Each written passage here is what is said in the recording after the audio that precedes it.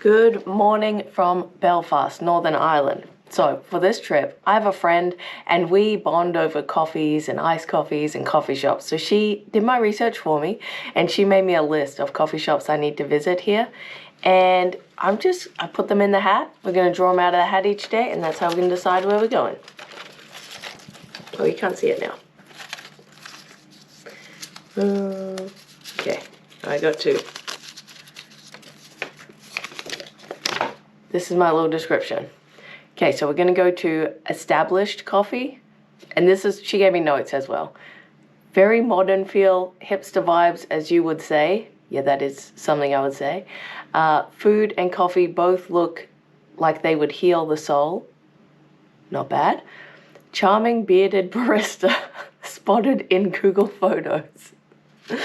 That is out of pocket. But that's what we're gonna do today.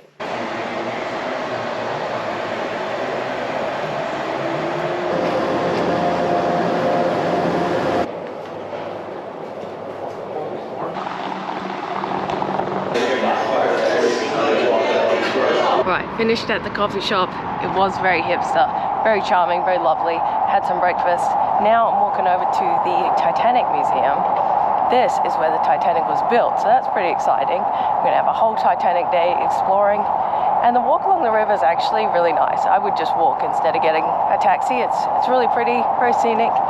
And here we go, almost there.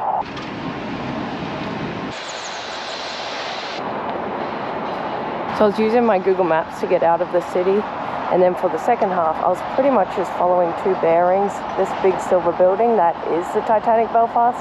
So once I got that within eyesight, I was following that, and for most of the way, that big yellow crane thing, I was moving towards that, because at H&W, that's Harland and Wolff, that's the company who made the Titanic. So those were my two landmarks to sort of get my bearings and not have to stare at my phone on Google Maps the whole way. So finished at the museum and it was so excellent. I loved it. That's the reason I came to Belfast, because I knew the Titanic was built here and I'm a massive Titanic nerd. So I really wanted to go to that museum. I did the Titanic experience, the full thing, and it was just really cool, really interactive. One of the reasons I liked it is because I actually struggle in museums because I don't have really good reading comprehension, so I can't absorb the information on the signs really fast. And then I get anxiety of like, am I holding up other people from reading? You know, are they waiting behind me, waiting for me to move? So it kind of makes my reading even slower, and it's already slow to start with. But I'm better with like audio or visual. So if there's videos, I can sit and watch it and I will retain everything. Or if there's an audio tour, I retain that as well. But reading signs is just not a strong point, and it mostly just gives me anxiety. But this museum had a mix of like all three, so that worked really well for me. And so I was able to actually like get something out of it. But I really liked it, really interactive. And then I walked down to the Titanic distilleries, the whiskey distillery, and they didn't have any tours going. They were closed today, so that kind of sucked because I really wanted to do one of their tours. But they had the bar and then a little gift shop open, so I got a few things.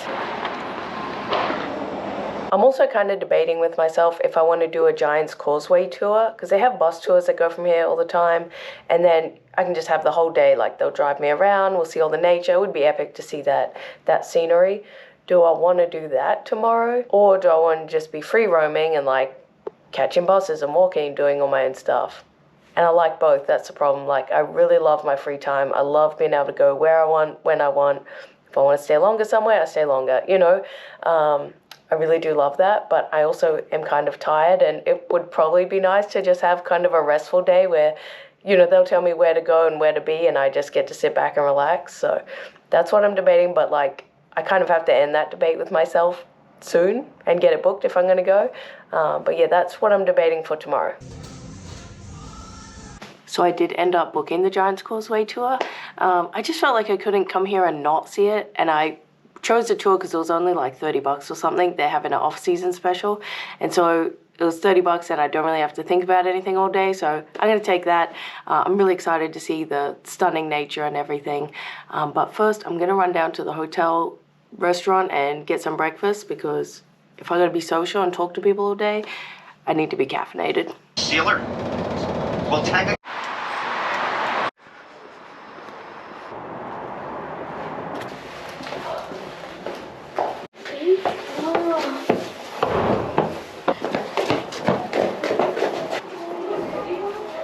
This is so cool.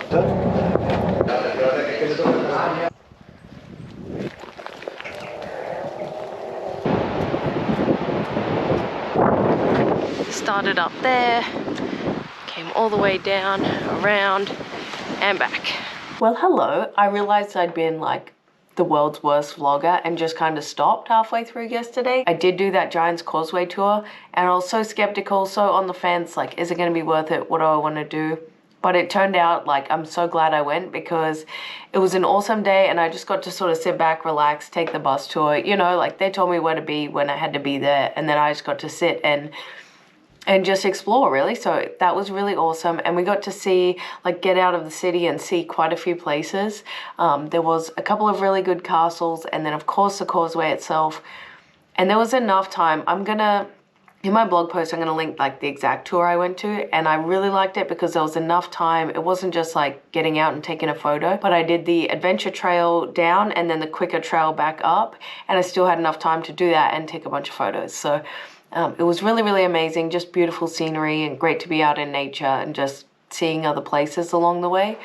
And actually I didn't have to be too social. It wasn't a chatty bus tour, so I got to also like have my, you know, alone explore time as well. And then that's all I did yesterday. I think I might have gone to a pub for dinner, but that's all I can remember doing. It's the last day in Belfast. I have one more coffee scavenger hunt to do. I didn't draw it out of a hat today. I just picked the one I would most like to go to. These are my notes. So it's ground espresso on Fountain Street. Quote, it has a sick fountain outside, very cozy. Sick fountain, Bryn, that's definitely something you would say.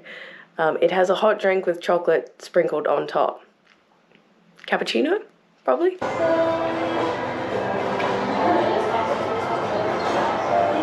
And then today, I have my friend's scavenger hunt, so I went to coffee for breakfast, and then I went on the black cab tours. These are so famous and iconic for Belfast.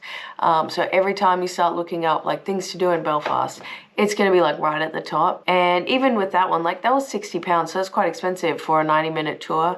And I was wondering, like, you know, I didn't book everything till late last night because I was like, that's a lot of money. Do I want to do that? It's my last day. I could probably just walk around and like see stuff myself. But I ended up booking it. And again, with that one, like, so glad I did. The only thing I would change is probably do that at the start of my trip instead of the end, because I do like to do my educational stuff at the start, because I always find that it makes the rest of the trip make more sense. Like, I'm more informed about where I'm at and you know, things I'm saying and things I'm seeing as well. So that's the only thing I would change. But it was a wonderful, wonderful tour. I just learned a lot, and it was very fascinating. Just like a very interesting history that I didn't really know a lot about.